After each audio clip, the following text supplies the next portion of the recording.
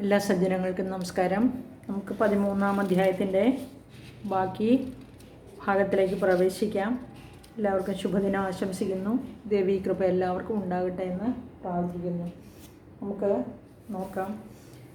ഇനി മൃതശ്ച ഭൂയ സംപ്രാപ്യ ജന്മദേവാദ്വിവസ്വതഃ സാവർണികോ നാമ മനുർഭവാൻ ഭുവി ഭവിഷ്യതി.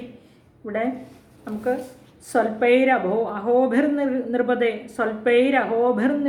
സ്വംരാജ്യം പ്രാപ്സ്യതേ ഭവാൻ ഹത്വാ രിപൂനസ്ഖലിതം തവ തത്ര ഭവിഷ്യതി എന്ന് 14-ാമത്തെ ശ്ലോകത്തിൽ പറഞ്ഞു. അതായത് തവ രാജ്യം ഭവിഷ്യതി എന്ന് പറഞ്ഞാൽ അവിടുത്തെ അല്ലയോ രാജാവേ ഭവാന് അവിടുത്തെ രാജ്യം കൈവിട്ടു പോകാത്തതായി ഭവിക്കും, അടുത്ത ജന്മത്തിലും കൈവിട്ടു പോകാത്തതായി എന്ന് പറഞ്ഞാൽ എന്നെന്നും നിലനിൽക്കും എന്നർത്ഥം.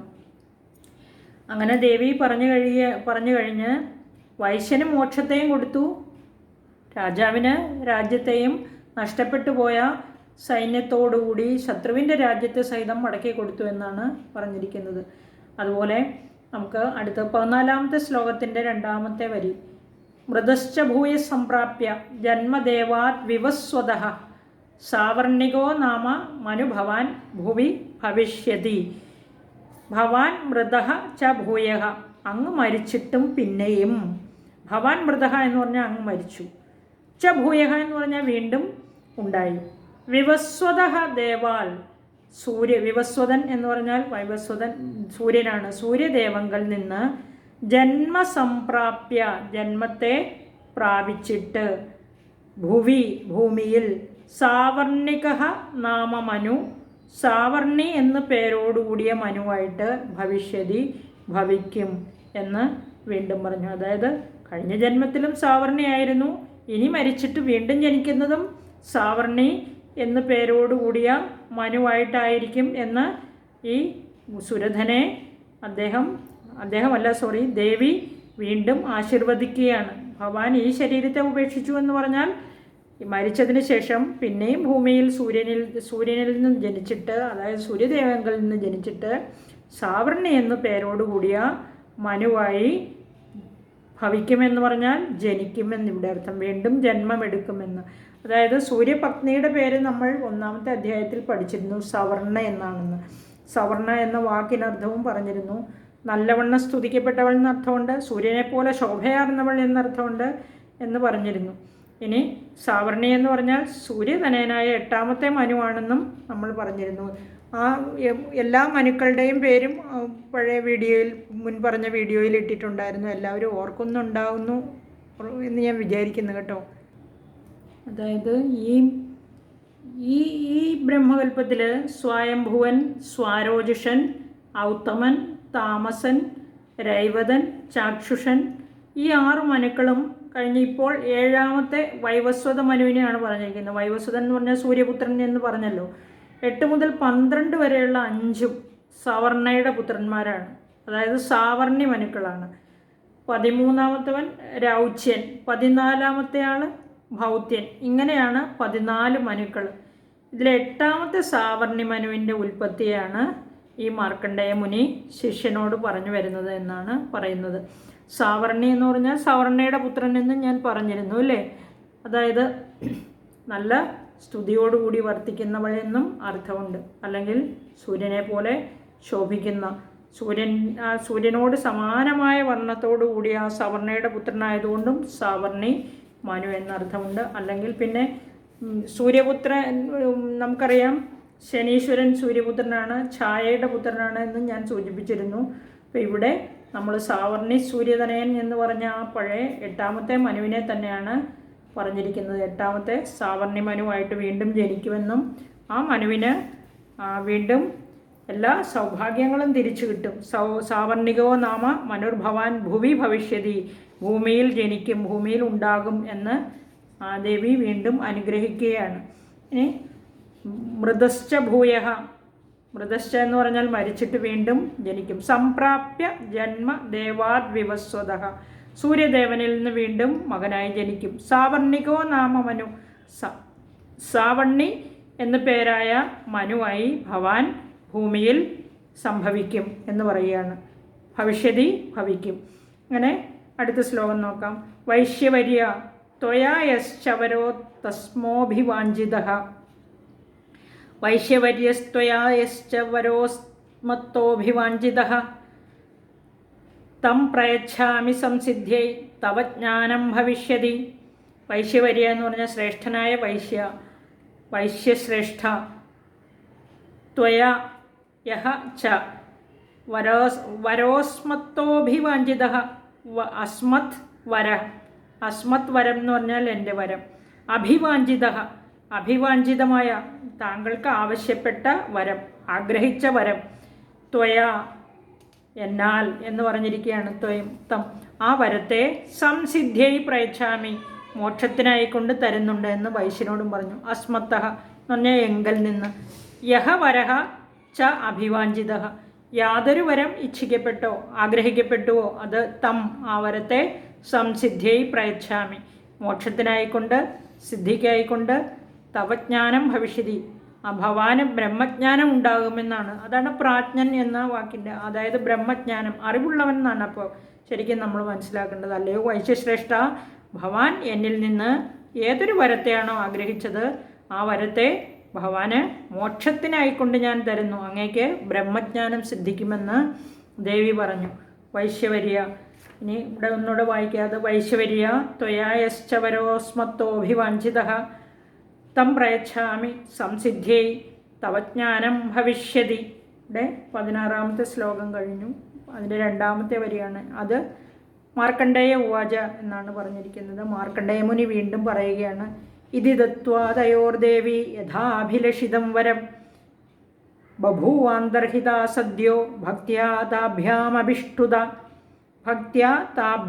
അഭിഷ്ടുത ഇതി ദത്വാ തയോർദേവി. തയോഹോ ദേവിയാണ് തയോർദേവി എന്ന് വായിക്കുന്നത്. യഥാഭിലഷിതം വരം. ഇനി മാർക്കണ്ഡേയമുനി ഇപ്രകാരം പറഞ്ഞു. ഇതി ദേവി തയോഹോ, ഇപ്രകാരം ദേവി അവർക്ക്, തയോഹോ എന്ന് പറഞ്ഞാൽ അവർക്ക് രണ്ടുപേർക്കും, യഥാഭിലഷിതം അവർ ആഗ്രഹിക്കപ്പെട്ട് എപ്രകാരം ആഗ്രഹിച്ചുവോ അപ്രകാരം ആഗ്രഹിക്കപ്പെട്ടതുപോലെയുള്ള വരം ദത്വ, വരത്തെ ദത്വ എന്ന് പറഞ്ഞാൽ കൊടുത്തിട്ട്, ദാനം ചെയ്തിട്ട്, താഭ്യാം ഭക്തിയ അവരാൽ, താഭ്യാം എന്ന് പറഞ്ഞാൽ അവർ രണ്ടുപേരാലും ഭക്തിയോടുകൂടി അഭിഷ്ടുത. ഈ വരം കിട്ടിയപ്പോൾ അവർ വൈശ്യനും രാജാവും എന്ത് ചെയ്തു? അഭിഷ്ടുത, നല്ലവണ്ണം ദേവിയെ സ്തുതിച്ചു. വളരെ ഭക്തിയോടുകൂടി അവർ രണ്ടുപേരും ദേവിയെ താഭ്യാം ഭക്തിയ അഭിഷ്ടുത, അവർ രണ്ടുപേരും ഭക്തിയോടുകൂടി ദേവിയെ സ്തുതിച്ചു. സദ്യ പെട്ടെന്ന് തന്നെ അന്തർഹിത ബഭൂവം, അന്തർധാനം ചെയ്തു എന്ന് പറഞ്ഞാൽ പെട്ടെന്ന് തന്നെ അവരുടെ മുമ്പിൽ നിന്ന് മറഞ്ഞുപോയി, അപ്രത്യക്ഷയായി ദേവി. രാജാവിനും വൈശ്യനും അവർ രണ്ടുപേരും ആഗ്രഹിച്ച വരത്തെ പ്രദാനം ചെയ്തിട്ട് അത് പ്രദാനം ചെയ്തപ്പോൾ, വരം ലഭിച്ചപ്പോൾ അവർ രണ്ടുപേരും എന്ത് ചെയ്തു? ദേവിയെ വളരെ ഭക്തിയോടുകൂടി സ്തുതിച്ചു. അങ്ങനെ ആ സ്തുതിക്കപ്പെട്ടവളായിട്ട് അവരുടെ സ്തുതിയെ സ്വീകരിച്ച് ദേവി വേഗത്തിൽ അന്തർധാനം ചെയ്തു. ഏവം ദേവ്യാവരം ലബ്ധ്വാ സുരത ക്ഷത്രിയർഷഭ.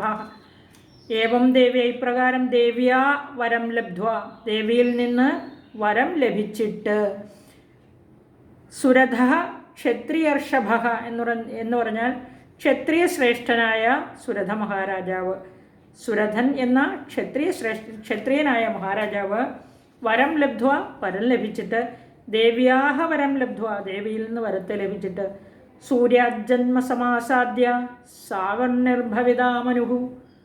സാവർണിർ സവിതാ മനുഹു എന്ന് പറഞ്ഞാൽ സാവർണി മനുവായിട്ട് ഭവിത ഉണ്ടായി. സാവർണിർ ഭവിതാ മനുഹു. ഇപ്രകാരം സൂര്യനിൽ നിന്ന് ജന്മമെടുത്ത് ക്ഷത്രിയ ശ്രേഷ്ഠനായ മഹാരാജാവായി വീണ്ടും ആ ദേവിയിൽ നിന്ന് ലഭിച്ച വരം കൊണ്ട് അവർ ഭൂമിയിൽ ജനിക്കും എന്നാണ്. സാവർണിർ ഭവിത, ഇനി വീണ്ടും ജനിക്കുമെന്നാണ് പറഞ്ഞിരിക്കുന്നത്.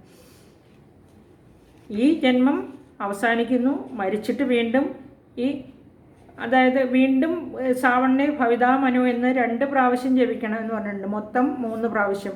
സൂര്യാജന്മ സമാസാദ്യ സാവർണിർ ഭവിതാ മനുഹു എന്ന്, സാവർണിർ ഭവിതാ മനു 2, 1 പ്രാവശ്യവും കൂടെ നമ്മൾ സാവർണിർ ഭവിതാ മനു എന്ന് ജപിക്കണം. അങ്ങനെ 3 പ്രാവശ്യം ജപിക്കണം എന്നാണ് പറഞ്ഞിരിക്കുന്നത്. അതിൻ്റെ വേറെ ഒന്നിനുമല്ല, ഇത് അവസാനിച്ചു എന്ന് കാണിക്കാൻ വേണ്ടിയിട്ടാണ് എന്നാണ് പറഞ്ഞിരിക്കുന്നത്. ഇതിൽ എല്ലാ മാർക്കണ്ഡേയ മുനി എന്ന് തുടങ്ങി മനു എന്ന് അവസാനിക്കുന്ന മകാരാന്തി നുകാരാന്തമായിരിക്കുന്നത് കൊണ്ട് മനുശബ്ദത്തിന് മന്ത്രം എന്ന അർത്ഥമുള്ളതിനാലും ഈ സപ്തശതി മഹാമാലാ മന്ത്രമാണെന്നാണ് പറയപ്പെട്ടിരിക്കുന്നത്. ഇനി ലക്ഷ്മീതന്ത്രത്തിൽ ഇതിനെക്കുറിച്ച് പറഞ്ഞിട്ടുണ്ട് വളരെ വിശദമായിട്ട്. നമ്മൾ അതൊന്നും പഠിക്കേണ്ട ആവശ്യമില്ലല്ലോ, പഠിക്കേണ്ടവർക്ക് പഠിക്കാം കേട്ടോ. ഇനി സാവണ്ണിർ ഭവിതാമനു ഇങ്ങനെ പുനരാവൃത്തി കാർത്യായനി മന്ത്രം അനുസരിച്ചും ആചാരവും കൊണ്ടാണെന്നും പറഞ്ഞിട്ടുണ്ട്. ഇനി ദേവീമാഹാത്മ്യത്തിൻ്റെ 13ാമത്തെ അധ്യായവും ഇവിടെ അവസാനിച്ചിരിക്കുകയാണ്. നമുക്ക് ഇവിടെ ഇനി ആദ്യം കുറേ ശ്ലോകങ്ങളിൽ, അതായത് 6ാമത്തെ ശ്ലോകം വരെ ഞാൻ ധ്യാനമന്ത്രം പറഞ്ഞില്ലായിരുന്നു. അത് ഞാൻ ഒരു വീഡിയോയാക്കി ഇട്ടേക്കാം കേട്ടോ. അത് പഠിക്കേണ്ടവർക്ക് പഠിക്കാം, ആ മന്ത്രങ്ങൾ മാത്രമായിട്ട്. ഇനി അടുത്തത് നമുക്ക് ചെയ്യാനുള്ളത് ഉത്തരന്യാസം എന്നാണ് പറയുന്നത്. ഉത്തരന്യാസം, അതുപോലെ തന്നെ ധ്യാനമുണ്ട്. അത് കഴിഞ്ഞിട്ട് നമുക്ക് ദേവീ സൂക്തം ഒന്നുകൂടി പറയുന്നുണ്ട്. അത് വീണ്ടും ചെയ്യേണ്ട ആവശ്യമില്ല. ദേവീ സൂക്തം നമ്മൾ ചെയ്തിട്ടുണ്ട്. 5ാമത്തെ അധ്യായം ദേവീ സൂക്തമാണ്. അതുപോലെ ദേവീ സൂക്തം ജപിക്കുന്നത് വളരെ ഉത്തമമാണെന്നും പറഞ്ഞിട്ടുണ്ട്. അത് കഴിഞ്ഞിട്ട് വരുന്നത് പ്രാധാനിക രഹസ്യമാണ്. പ്രാധാനിക രഹസ്യം, അത് കഴിഞ്ഞ് 3 രഹസ്യത്രയങ്ങളാണത്. അതോടുകൂടി ദേവീ മഹാത്മ്യം അവസാനിക്കുകയാണ്. ദേവി, അതായത് ആ ഉത്പത്തിയുടെ രഹസ്യമാണ് അവിടെ പറഞ്ഞിരിക്കുന്നത്. നമ്മൾ ഭാഗവതത്തിൽ പഠിക്കുന്ന അതേപോലെ തന്നെയാണ്. സ്വരയാ സഹസംഭൂയ വിരിഞ്ചോണ്ടം അജീജനത് വിഭേദ ഭഗവാൻ രുദ്രസ്തത് ഗൗരിയ സഹവീര്യവാൻ എന്നാണ് പറഞ്ഞിരിക്കുന്നത്. അതായത് ആ അണ്ടം ഭേദിച്ച് ബ്രഹ്മണേ പ്രദതോ പത്നിം മഹാലക്ഷ്മർ നൃപത്രയും രുദ്രായ ഗൗരിം വരദാം വാസുദേവായ ച ശ്രീയം എന്ന് പറഞ്ഞ് ഇവിടെ പറഞ്ഞിരിക്കുന്നത് രാജാവിനോട് കഥ പറയുന്നതാണല്ലോ. സുരഥ മഹാരാജാവിനോട് പറയുകയാണ് മഹാലക്ഷ്മി നാരായണത്തിൽ പറഞ്ഞിരിക്കുന്നത് മായാശക്തിയെ നോക്കി, അതായത് ക്ഷോഭിച്ച മായാശക്തി ഭഗവാനെ നോക്കിയെന്നും ഭഗവാൻ ചൈതന്യം കൊടുത്തും അതുപോലെ തന്നെ ഭഗവാന്റെ പ്രേരണയാലും ആ മായാശക്തി സൃഷ്ടി നടത്തിയെന്നാണ് പറഞ്ഞിരിക്കുന്നത്. ഇവിടെ പരാശക്തിയായ ദേവി, ജഗത് ജനനിയായ ദേവി, അതായത് ഇവിടെ മഹാലക്ഷ്മിയാണ് പറഞ്ഞിരിക്കുന്നത്. അല്ലയോ നൃപ, മഹാലക്ഷ്മി സരസ്വതിയെ ബ്രഹ്മാവിന് പത്നിയായി കൊടുത്തു. വരദാം ഗൗരിയും, വരങ്ങളെ ദാനം ചെയ്യുന്നവളായ ഗൗരിയെ രുദ്രന് പത്നിയായി, അതായത് മഹേശ്വരന് പത്നിയായി കൊടുത്തു എന്നും ശ്രീയം വാസുദേവായ ച ലക്ഷ്മി ദേവി, ശ്രീയം എന്ന് പറഞ്ഞാൽ ലക്ഷ്മി ദേവിയെ വിഷ്ണുവിന് പത്നിയായി കൊടുത്തു. ഇതെല്ലാം കൊടുത്തതും ആ ദേവിയാണ് കൊടുത്തത്, ആ സർവശക്തിയായ ദേവി. അത് കഴിഞ്ഞിട്ട് പറഞ്ഞിരിക്കുന്നത് സ്വരയാ സഹസംഭൂയ വിരിഞ്ചോണ്ഡമജീജനത് വിഭേദ ഭഗവാൻ രുദ്രസ്തത് ഗൗരിയ സഹവീര്യവാൻ എന്നാണ്. ആ വിരിഞ്ചൻ, അതായത് ബ്രഹ്മാവ് സരസ്വതിയോടുകൂടി സൃഷ്ടി നടത്തി ബ്രഹ്മാണ്ടത്തെ ജനിപ്പിച്ചു എന്നാണ് ദേവീ മഹാത്മ്യത്തിൽ പറഞ്ഞിരിക്കുന്നത്. സരസ്വതിയോടുകൂടി, അതായത് ബ്രഹ്മാവ് സരസ്വതിയോടുകൂടിയും അതുപോലെ തന്നെ വീര്യവാൻ രുദ്രഹ ഭഗവാൻ, അതിവീര്യത്തോടുകൂടിയ മഹേശ്വരൻ ഗൗരിയോടുകൂടി ഗൗരിയാഹ സഹതത് വിഭേദ, ആ അണ്ടത്തെ ഭേദിച്ചു എന്നാണ് പറഞ്ഞിരിക്കുന്നത്. സംഹാരമാണല്ലോ മഹേശ്വരൻ്റെ ആ ജോലി എന്ന് പറയുന്നത്. അപ്പോൾ ബ്രഹ്മാവ് സരസ്വതിയോടുകൂടി ബ്രഹ്മാണ്ടത്തെ ജനിപ്പിച്ചു എന്നും അതിവീര്യവാനായ രുദ്രഭഗവാൻ ഗൗരിയോടുകൂടി അണ്ടത്തെ ഭേദിച്ചു എന്നുമാണ് ഇതിൽ പറഞ്ഞിരിക്കുന്നത്. അതുപോലെ അണ്ഡമധ്യേ പ്രധാനാധികാര്യജാതം അഭൂനൃപ മഹാഭൂതാത്മകം സർവ ജഗത് സ്ഥാവരജംഗമം എന്നാണ്. സർവം ജഗത് സ്ഥാവരജംഗമം. ഇവിടെ എല്ലാം ഈ ബ്രഹ്മാണ്ടത്തിൽ മൂലപ്രകൃതി, അതായത് ഈ മായാശക്തി, ഈ ദേവി മഹദഹങ്കാരം, അതായത് നമ്മൾ നാരായണീയത്തിൽ പറഞ്ഞ അതേ കാര്യം തന്നെയാണ് ഇതിലും പറയുന്നത്. മഹദഹങ്കാരം എന്ന് പറഞ്ഞാൽ ആ മഹത്തത്വം മുതലായ ആ തത്വസമൂഹം, അതായത് 3 തത്വത്തെയും സൃഷ്ടിച്ചു. പിന്നെയോ മഹാപഞ്ചഭൂത സ്വരൂപമായിട്ട് ചരാചരങ്ങളോട് കൂടിയതായിരിക്കുന്ന ജഗത്ത് മുഴുവനും വിഷ്ണു ഭഗവാൻ ലക്ഷ്മിയോടുകൂടി വർദ്ധിപ്പിച്ചു എന്ന് പറഞ്ഞാൽ പരിപാലിച്ചു എന്നർത്ഥം. മഹേശ്വരൻ ഗൗരിയോടുകൂടി ആ ജഗത്ത് മുഴുവനും സംഹരിക്കുകയും ചെയ്തു. അതാണ് പുപോഷപാലയാമാസ തല്ലക്ഷ്മ്യ സഹകേശവ സംജഹാര ജഗത് സർവം സഹഗൗരിയ മഹേശ്വര എന്നാണ് പറഞ്ഞിരിക്കുന്നത്. ഇവിടെ ദേവീ മഹാത്മ്യത്തിലും നാരായണീയത്തിലും ഭാഗവതത്തിലും എല്ലാം പറയുന്നത് ഒരു കാര്യം തന്നെയാണെന്ന് നമുക്ക് മനസ്സിലായാലോ. ഇപ്പം അതിന് അല്പം ചില വ്യത്യാസങ്ങൾ മാത്രമേ ഉള്ളൂ. അതായത് ഈ ഇവിടെ രാജാവിനോട് മാർക്കണ്ഡേയ മുനി പറയുന്നുണ്ട് മഹാലക്ഷ്മി രേവമാത രാജൻ സർവേശ്വരേശ്വരി നിരാകാര ച സാകാര സൈവ നാനാഭിധാന അതായത് ഇവിടെ നിരാകാര എന്ന് പറഞ്ഞാൽ ആകാരത്തോട് കൂടാത്തവൾ. നിരാകാരം, ആകാരമില്ല, പക്ഷേ സാകാര, ആകൃതിയുണ്ട്. ആകാരമുണ്ടെന്ന് വീണ്ടും പറഞ്ഞിരിക്കുകയാണ്, ആകൃതിയുണ്ട്. നാനാഭിധാനഭൂത, അതായത് മഹാകാളി, മഹാലക്ഷ്മി, മഹാസരസ്വതി, ഇങ്ങനെ പല നാമങ്ങളോടുകൂടി ഇരിക്കുന്നവൾ ആ മഹാലക്ഷ്മി തന്നെയാണെന്നാണ് പറഞ്ഞിരിക്കുന്നത്. അതായത് വിഷ്ണുവിൻ്റെ കൂടെയുള്ള മഹാലക്ഷ്മി തന്നെ. നാമാന്തരൈഹി, മഹാമായ എന്നീ പല നാമങ്ങളെ കൊണ്ട്, അതുപോലെ തന്നെ മഹാവിദ്യ തുടങ്ങിയ നാമങ്ങളെ കൊണ്ടും നിരൂപ്യ ഏഷ, ആ നിരൂപിക്കപ്പെടുന്നവളും ഈ മഹാലക്ഷ്മി തന്നെയാണ്, ഈ പരാശക്തി തന്നെയാണ്. അന്യേന, അന്യമായ, കേനചിത് നാംന എന്ന ഏത് നാമം കൊണ്ട് ഇവളെ വിളിക്കപ്പെടും, അല്ലെങ്കിൽ ഏത് ശക്തിയാണ് ഇവളല്ലാത്തത് എന്ന് ചോദിച്ചാൽ എല്ലാ ശക്തിയും ഈ ദേവി തന്നെയാണ് എന്ന് പറഞ്ഞിരിക്കുകയാണ് ഈ ദേവീ മഹാത്മ്യത്തിലും. സർവം ദേവീമയമാണ്. എല്ലാവർക്കും ദേവീ കൃപയുണ്ടാകട്ടെ എന്ന് പ്രാർത്ഥിക്കുന്നു. നന്ദി, നമസ്കാരം.